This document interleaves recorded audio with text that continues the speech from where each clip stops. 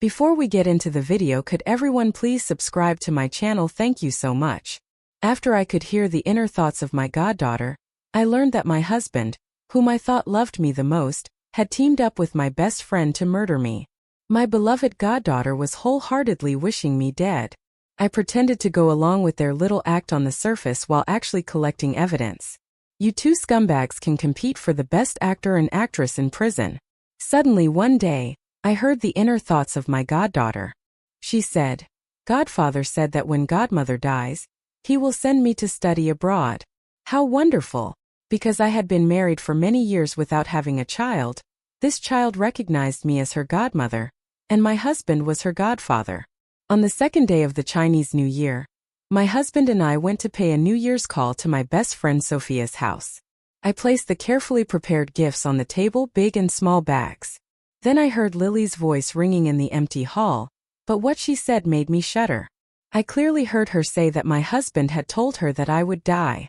With a look of disbelief on my face, I turned to look at Lily, who had an innocent and harmless doll-like face.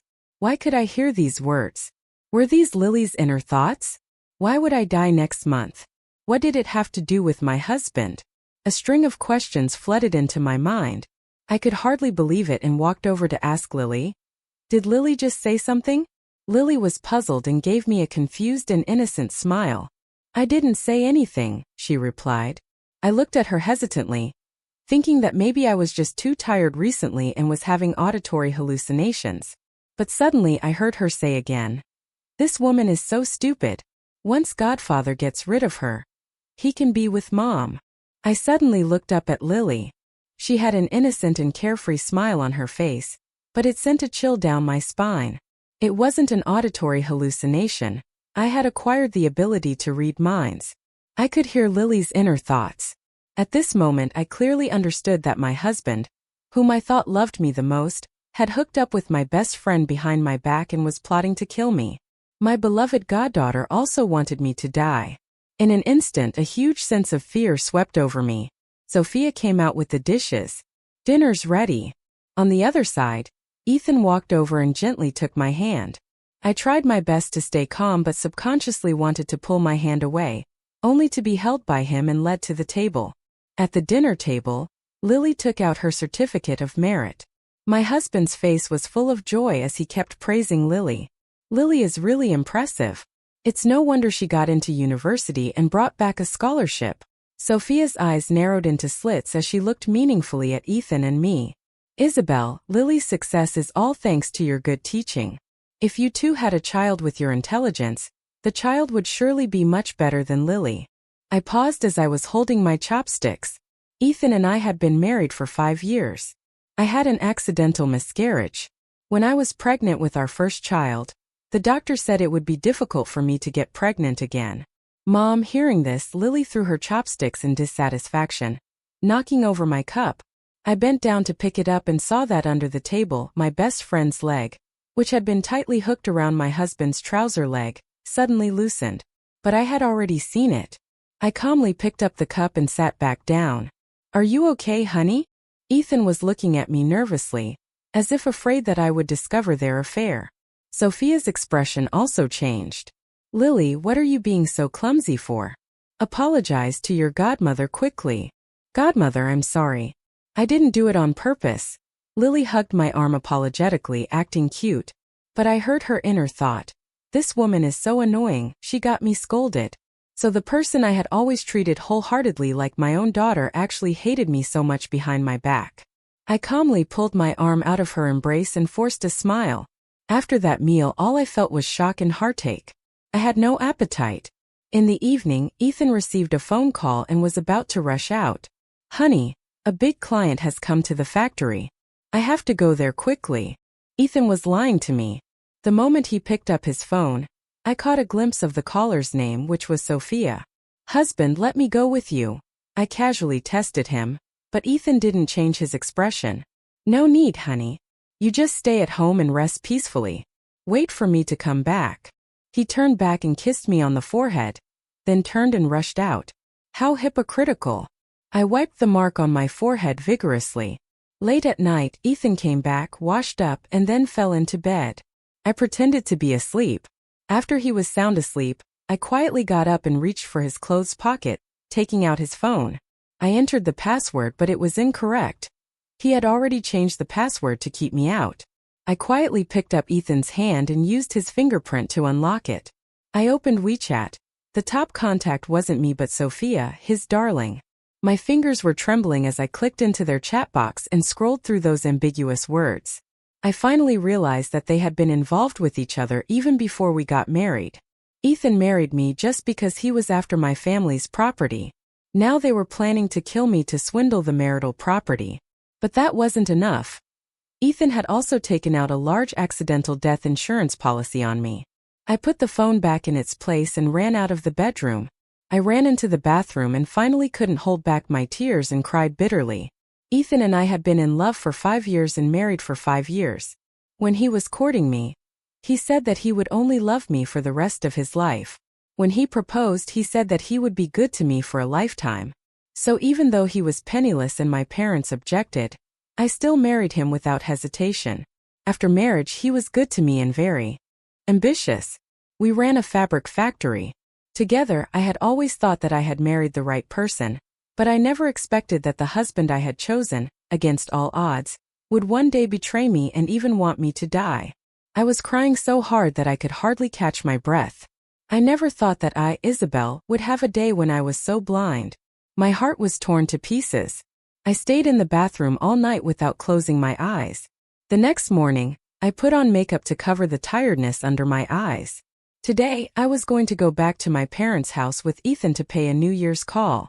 Dad, Mom, we're here to pay you a New Year's call. Ethan walked in with the New Year's gifts and a flattering smile on his face. Oh, it's enough that you came. Why did you bring so many gifts? At the dinner table, Ethan was eloquent, making my parents laugh heartily. Over the past few years, with Ethan's deliberate flattery, my parents had gradually accepted him. Since I was their only daughter, they treated him like a half-son. After the meal, Mom took out a share transfer agreement and handed it to Ethan and me. When I opened it, Ethan's eyes lit up with joy. It clearly stated above, transfer 25% of the Isabel Group shares to me and 10% to Ethan. I was about to say something when my mom said, seeing that you two are living so happily, your dad and I can rest assured. Ethan beside me carefully put the transfer agreement into his briefcase, then excitedly hugged me and patted his chest to promise. Dad, Mom, don't worry. I will definitely be good to Isabel. Mom looked at me and smiled affectionately, but my heart ached, and I regretted letting the wolf into the house. I couldn't bear to tell my parents the truth. I would find the evidence and make Ethan spit out all the money that didn't belong to him. It was Lily's birthday a few days later. Since Sophia's husband had passed away early in the past, out of pity for them, I would let them come to my house to have a lively celebration together. I opened the door to welcome them. Isabel, we're really bothering you. How could Godmother think I'm a bother? She must be welcoming me to play. Lily showed an innocent smile and came over to hug me. Yes, and our house has a big swimming pool where Lily can practice swimming. I pretended to affectionately stroke Lily's head and said with a smile, and so they stayed at my house. I had just finished cooking dinner when Ethan got home. When he saw Sophia, a flash of panic crossed his face. He secretly glanced at me. Seeing that I was busy tidying up things and not paying attention, he pulled Sophia to a corner. She's still at home. Sophia reached out and hooked his tie, smiling casually. Did you forget today is Lily's birthday? A chance for this stupid woman to deliver herself to us. Nonsense. What if she finds out? Ethan yanked the tie out of her hand, his tone panicked. What's the big deal? Anyway, she's going to die soon. Sophia reached out again and hooked his sleeve. Besides, haven't you? Ethan pulled her hand away, straightened his clothes and understood what she meant. I was listening silently behind the wall. Today, just like in previous years, we ate cake, blew out the candles and gave Lily presents. The difference was that I knew I was facing 3 wolves and tigers. Watching the moment when Lily blew out the candles and made a wish, with that flash of innocence, my heart really ached. When it was time to go to bed at night, Lily wanted to sleep with me a little. Before I could refuse, Sophia quickly pulled Lily back. You naughty child. If you sleep in Godmother's room, Where will Godfather sleep? Ethan said with a laugh. That's right, go to sleep quickly. I stood aside, feeling that they were the ones who seemed like a family. However, I was really disgusted with Ethan physically. I deliberately asked him to sleep in the study, and he agreed very readily. As early as the day Sophia came to my house, I had bought a miniature camera and installed it in his study and in Sophia's bedroom. In the surveillance footage, the two of them were kissing passionately and couldn't bear to part. I forced myself to hold back my nausea and sent the surveillance video to the lawyer I had already contacted, along with their previous WeChat chat records. With the evidence in hand, I went to knock on the door of the study. I was going to catch them off guard. After a while, Ethan came out from inside, looking a bit disheveled. Honey, why aren't you asleep yet at this late hour? He half closed the door, blocking my way. Here, I brought you some fruit. I held the fruit plate in front of him, smiling. Ethan took the fruit plate with a touched smile on his face. Honey, you're so nice, but I have to finish this bit of work. You go to sleep first. What work? Busy cheating on me? It's okay, I'll go in and keep you company. I pretended to be understanding and considerate, and as I said that, I was about to push the door open. Ethan quickly grabbed my hand, closed the door and hugged me. Honey, the study is too messy. Don't go in. You'd better go to rest early. Hey husband, why do you smell of perfume? It seems like Sophia's. I frowned and leaned closer to sniff him. Honey, you're mistaken. There's no perfume smell. Go and rest early. Ethan interrupted me nervously, his voice suddenly rising. I sneered inwardly. I'll go for a divorce tomorrow. Seeing that I didn't pester him too much and pretended to believe him, I left. Ethan let out a sigh of relief. These past few days, I had been busy dealing with the evidence of Ethan's affair and staying at the law firm. When I got home, I saw that Lily had called me several times on my phone. I didn't call her back but directly blocked her number. I was just about to block Ethan's number too when suddenly he called. Honey, where are you? Didn't you say you were going back to your parents? Mom said you didn't come back. I was so scared that I almost let it slip. I'm home, I just said. I just got back. Okay, I'll come back to talk to you about something. Just as well, I was also going to tell him that he was about to be taken to court and leave the house with nothing. But when I opened the door, Sophia and Lily were actually there too. After entering the house, I sat on the sofa and Ethan came over to me greasily. Honey, today is our wedding anniversary. I remember you always wanted to see the snow scenery on the mountaintop. Let's go climbing together. When the weasel pays a New Year's call to the chicken, it's up to no good, I said directly. But I don't want to go. Both Ethan and Sophia's expressions changed, and they came over to persuade me. But I looked at Lily. Lily, do you want to go? Lily ran over excitedly and hugged my arm. I want to go. Stupid woman, once Godfather pushes you off the cliff, he can be with my mom. It seemed that they had planned everything long ago. Okay, Lily will go with us. I did this just in case. Sophia quickly said. So it was because you thought it wasn't lively enough.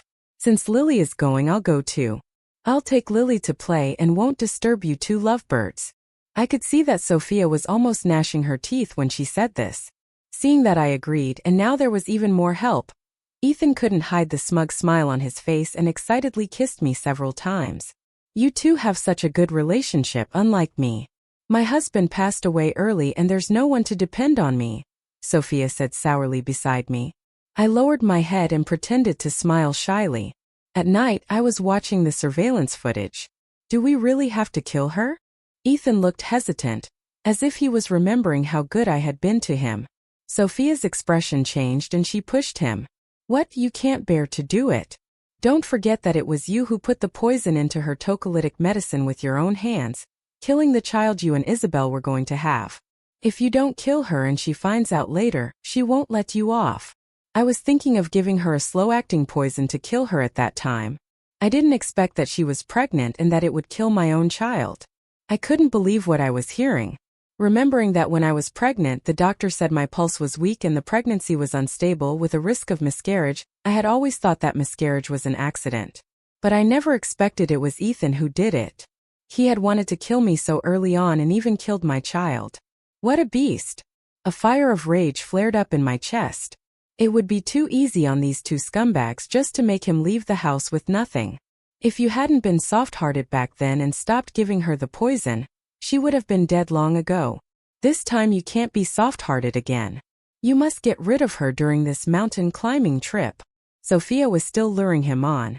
I watched as Ethan's eyes slowly became determined, as if he had made up his mind. The lawyer called me. I told him to hold his horses for the time being.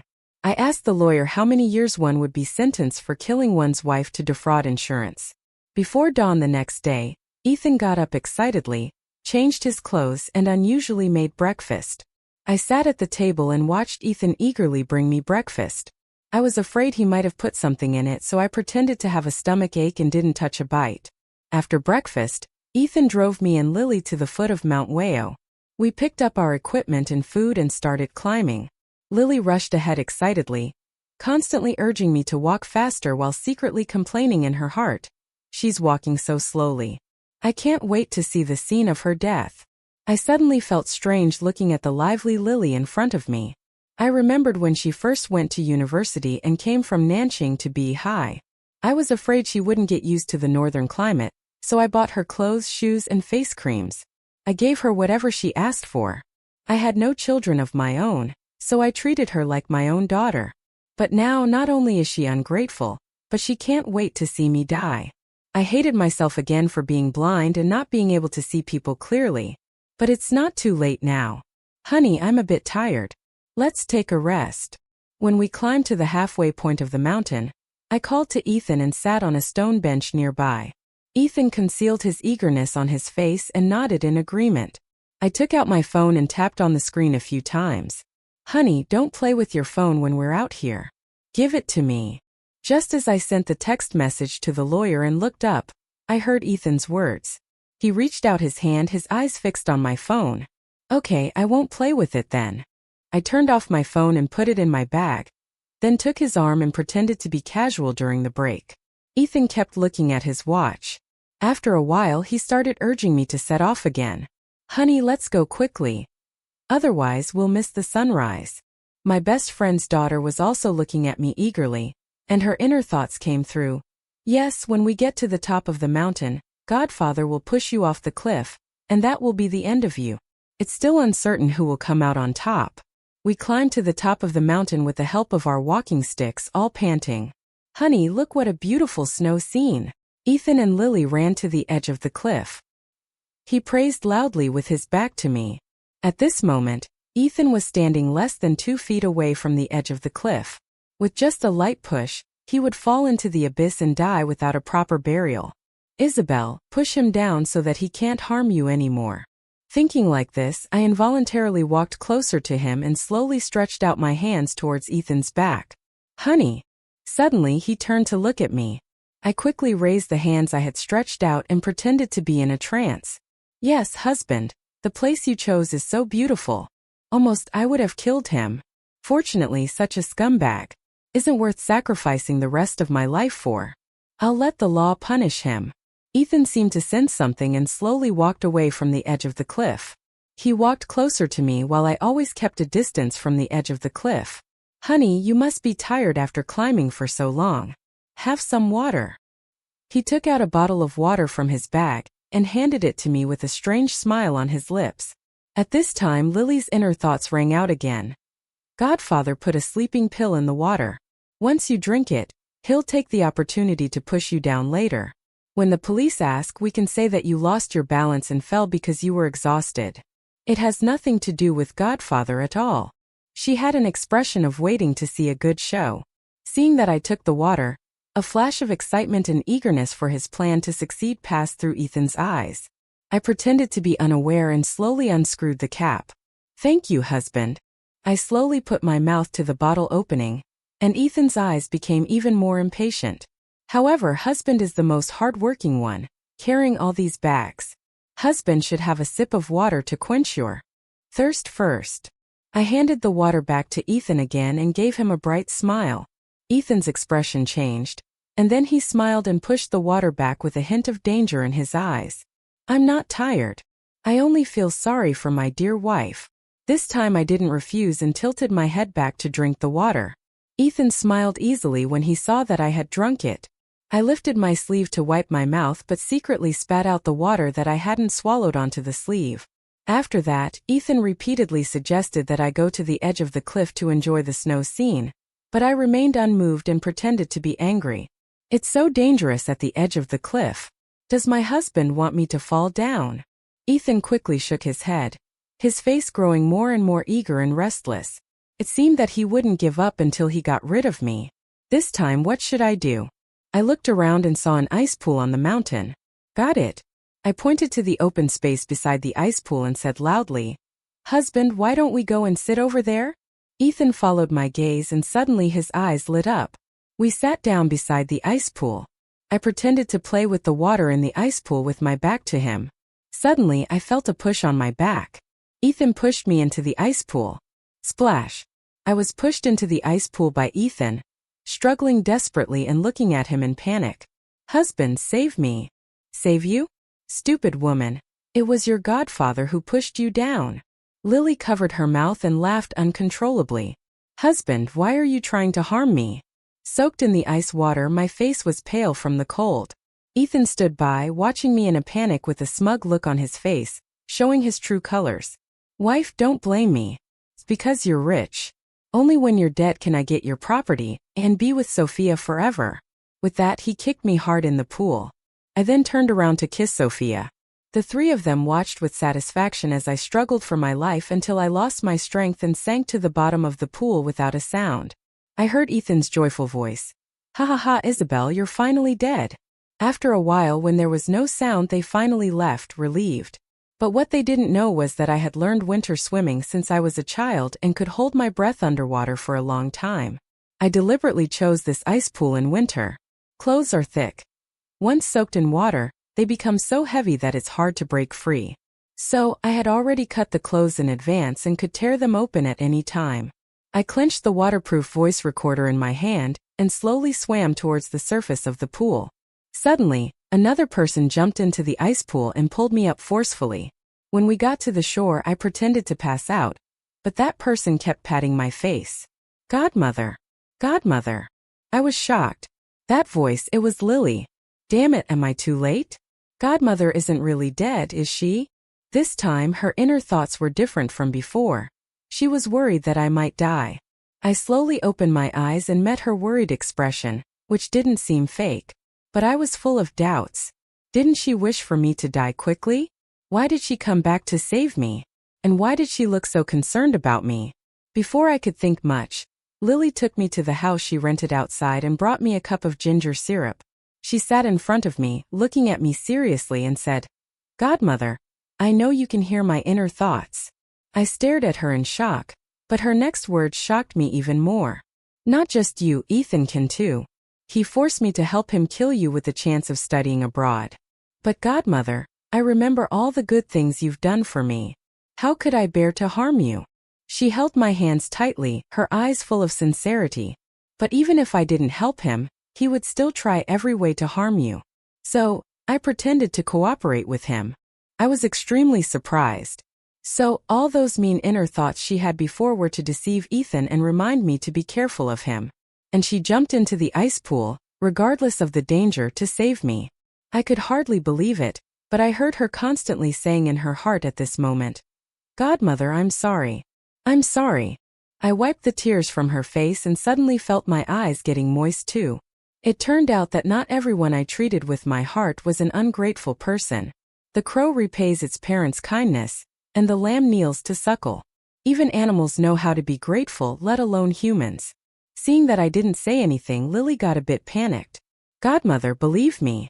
My mother and Ethan killed my father just to be together. I hate them, but I've never had any evidence." I couldn't believe my ears. Sophia actually killed her own husband, and Ethan hooked up with this woman who killed his good friend. What heartless bastards. I could hardly suppress the anger in my heart. They all deserve to die. "Lily, you've suffered so much." I hugged her in my arms and comforted her softly. "Godmother, Dad was such a good person but was killed by her. I want to avenge Dad." As she said that, Lily's voice became choked. I comforted her with firm words. "Their evil deeds will not go unpunished. It's coming soon. I went missing, and the police searched everywhere but found nothing. So Ethan directly arranged a funeral for me, and couldn't wait to announce my death to everyone. Lily told me that they had been shopping around the mall and real estate projects these days, looking so smug. Inside the funeral parlor, I disguised myself and hid in the dark. President Ethan, please accept my condolences. Sophia was wearing a sexy cheongsam, swaying her hips as she walked towards Ethan. Her words of comfort were laced with an alluring tone. Ethan put on a pained look on the surface, but I could clearly see the smugness and hints in his eyes. Beside them, my parents seemed to have aged a lot overnight, looking extremely haggard. Lily was also wiping her tears and comforting my parents on my behalf. I firmly remembered the scene. These two scumbags, I'll make them taste the feeling of falling from the clouds to the bottom of the pit. I'll let everyone know their true faces and make them disgraced, spending the rest of their lives in prison. President Ethan, congratulations, you little vixen. I've missed you so much. In a corner, Ethan eagerly hugged Sophia and gave her a hard kiss on the mouth. Look at you, so impatient now that Isabel is dead.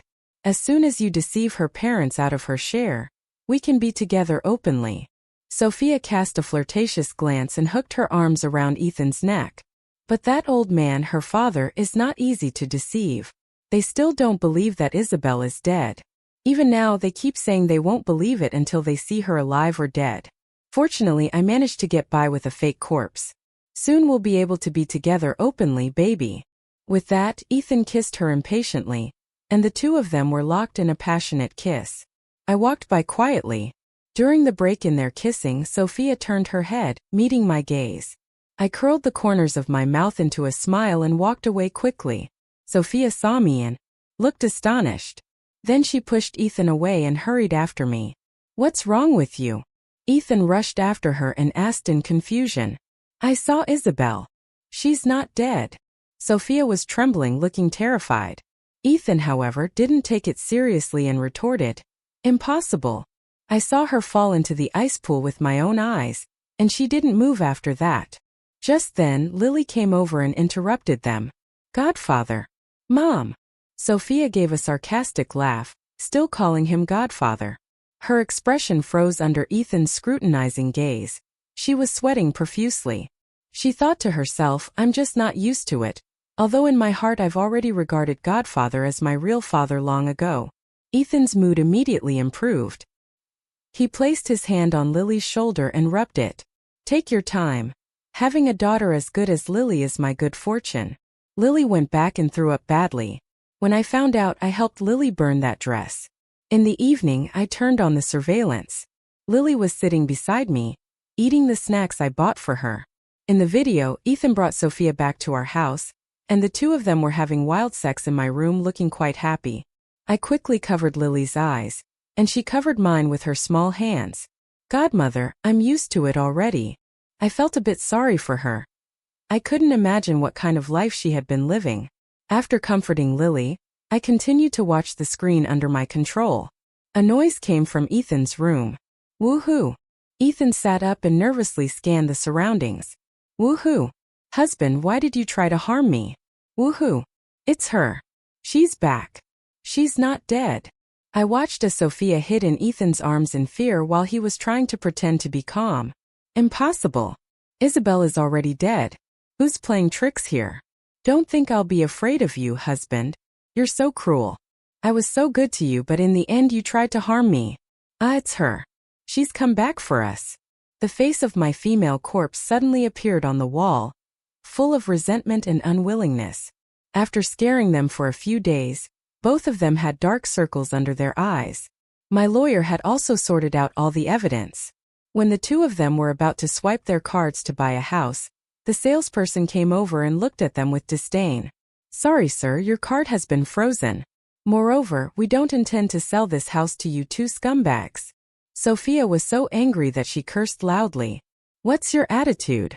Believe it or not, I'll complain about you. You're not even worth my cursing. Then the salesperson asked the people nearby to open their phones and look at Weibo. The first trending topic on the hot search list was a real name accusation against Ethan and Sophia. The content was appalling, including killing one's husband or wife, abusing children, and defrauding insurance. The surrounding customers were all staring at Ethan and Sophia, showing their contempt. The crowd was full of curses, and some people even threatened to call the police to arrest them. Sophia was still about to go crazy, but Ethan had already read the Weibo post and his face was black. "Stop talking. Let go." Ethan grabbed Sophia and was about to run outside, but where could he run to? I followed him all the way home and found that he finally opened his safe. It seemed that he was planning to run away. I was well prepared. I kicked the door open. Ethan looked at me, and a bundle of US dollars fell to the ground. "You're not dead." Ethan stared at me fixedly. "Was it all you're doing?" Sophia had just packed her things and came out. When she saw me, she immediately remembered the terrors of the past few nights and screamed on the spot, fainting. "Those who harm others will end up harmed." Arming themselves, I snorted coldly. Behind me were my parents, Lily, and the sound of sirens. My father was so angry that he almost rushed over to beat him up. I stopped him. At this moment, Ethan finally realized that he had been tricked. All his beautiful dreams of these past days had vanished. Ethan grabbed a fruit knife nearby and rushed towards me. The police shot him in the thigh. "Ethan, you are suspected of major criminal cases such as killing your wife to defraud insurance. You are now under arrest." I had already secretly told my parents and the others the truth. At the funeral, they pretended to be devastated together with Lily. In the evening, we celebrated in the house. I went to the detention center to see the two of them. I did take Lily with me. I had already regarded her as my own daughter, so I would avenge her. When I saw Sophia, she looked dazed, and there were marks of being beaten on her body. As soon as she saw me, she immediately showed her vicious face. I told her that her evil deeds would soon be punished. Sophia was stunned. "Thought you could hide it well?" I was so angry that I slapped the table hard and shouted at her. "You made Lily suffer so much pain for so many years. She watched her father being killed. Lily was so young. Did you ever care about her? For so many years I helped Lily with school and picked her up after school. What did you do, Sophia? You don't deserve to be Lily's mother." I wiped away my tears, angry about the injustice Lily had suffered. Sophia covered her ears, not daring to face the reality. Finally, I asked her to tell me where Lily's father's body was. She pointed tremblingly to the southeast direction. Actually, Lily's father was only a dozen kilometers away from Lily's home. After the body was salvaged and the police completed the evidence collection, they found the physical evidence of Sophia buying poison. Lily volunteered to be a witness. Now Sophia was doomed. Sure enough, once a person does evil deeds, they will feel guilty, and once they feel guilty, they will confess everything. Opposite me was Ethan. He looked like a frostbitten eggplant, but his eyes under his eyebrows were still fixed on me tightly, like a dog. No, even calling him a dog would be an insult to dogs. A look of mockery appeared on my face. "Evildoers will be punished. When you poisoned me, tried to drown me in the pool, and planned to defraud insurance, why didn't you think about the retribution you're facing now? By the way, there's also the matter of you killing the baby in my womb." I sneered. "Although the bullet only hit you that day, you'll soon know what it feels like when a bullet hits your head." Ethan finally reacted. He crawled over and hugged my legs. "Honey, please save me. I don't want to die. I didn't mean it. It was that woman, Sophia, who bewitched me. Honey, you can't just watch me die. Only no regret when death is approaching." I disgustedly pushed him away. "Ethan, it's time for you to receive the punishment you deserve." On the day of the court trial, many media reporters and passersby came with my consent. The judgment was broadcast live. The judge made the final decision. In the end, Sophia was sentenced to life imprisonment for killing her husband and being involved in murder. For Ethan, all his personal property was confiscated due to his premeditated murder of his wife, defrauding insurance, killing the unborn baby in the pregnant woman's womb, along with a series of embezzlement and crimes.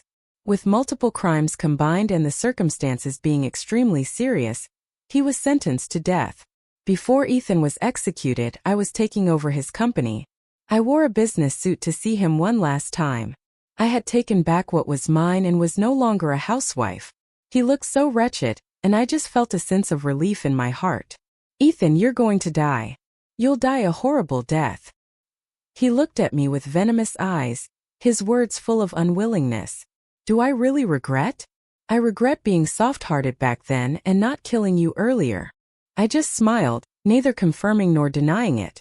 Those who want to kill you will never regret trying to kill you. They will only regret not succeeding in killing you. Too bad it's you who's going to die now. I walked a few steps away and then turned back to give him a contemptuous smile. Oh, by the way, who said Lily could only go abroad to study with your help? My goddaughter is naturally under my protection. Extra chapter. I'm Lily, a person who has been given a second chance at life. In my previous life, my father, who loved me, was killed by my mother in my senior year of high school. I saw with my own eyes that my mother put poison into my father's medicine. She then found my godfather, and the two of them carried my father's body out. After my father died, my mother didn't care about me at all. In my senior year of high school, my academic performance plummeted. I could have been admitted to a top 985 university, but then I couldn't even reach the level of a first-tier university. She said, "What's the point of a girl studying? It's a waste of time. The right thing to do is to find a man to marry early, like her, living by depending on a man." I felt like my worldview was about to collapse. Just then my godmother stepped forward. She told me not to worry about tuition fees and encouraged me to study hard. She sent me warm clothes when it was cold and called me all the time to show her concern. From my godmother, I received precious maternal love. But such a godmother died. At my godmother's funeral, I went crazy and rebuked Ethan and my mother. After that, the two of them brutally killed me and threw me into the sea. Returning to a year ago, I swore that I would protect my godmother. Later, my godfather came to me. He said that he could hear my inner thoughts. He knew that I had already discovered their affair. Perhaps this was the price I had to pay for being given a second chance at life. The two of them wanted to control me, but I was no longer the person they knew. I could toy with as they liked. In my previous life, I had studied and knew about legal weapons, so I began to lie low and used my inner thoughts to dispel their doubts about me. Fortunately, God had mercy. He allowed my godmother to hear my inner thoughts too. I began to lie low and use my inner thoughts to dispel their doubts about me. But being under surveillance, I had no way to come clean with my godmother. I knew she would surely be disappointed in me. Fortunately, my godmother was very smart, and all my hints came in handy. Finally, after my godmother and I sent Ethan and Sophia to prison together, my aunt had already contacted a school in the city for me and completed the relevant procedures for going abroad. At the airport, I hugged my godmother tightly. "Mom, I'll miss you so much. Come back whenever you miss home. You'll always be my daughter." She patted my back and handed me a postcard. "Good girl, go. You'll miss the plane soon." After saying that, she waved to me and watched me leave tenderly. On the plane, I opened the postcard my godmother left me. It read, "We are born to be mountains, not streams, aiming to overlook the mediocre valleys from the peaks. We are born to be outstanding individuals, not insignificant weeds, standing on the shoulders of great men to despise the humble cowards.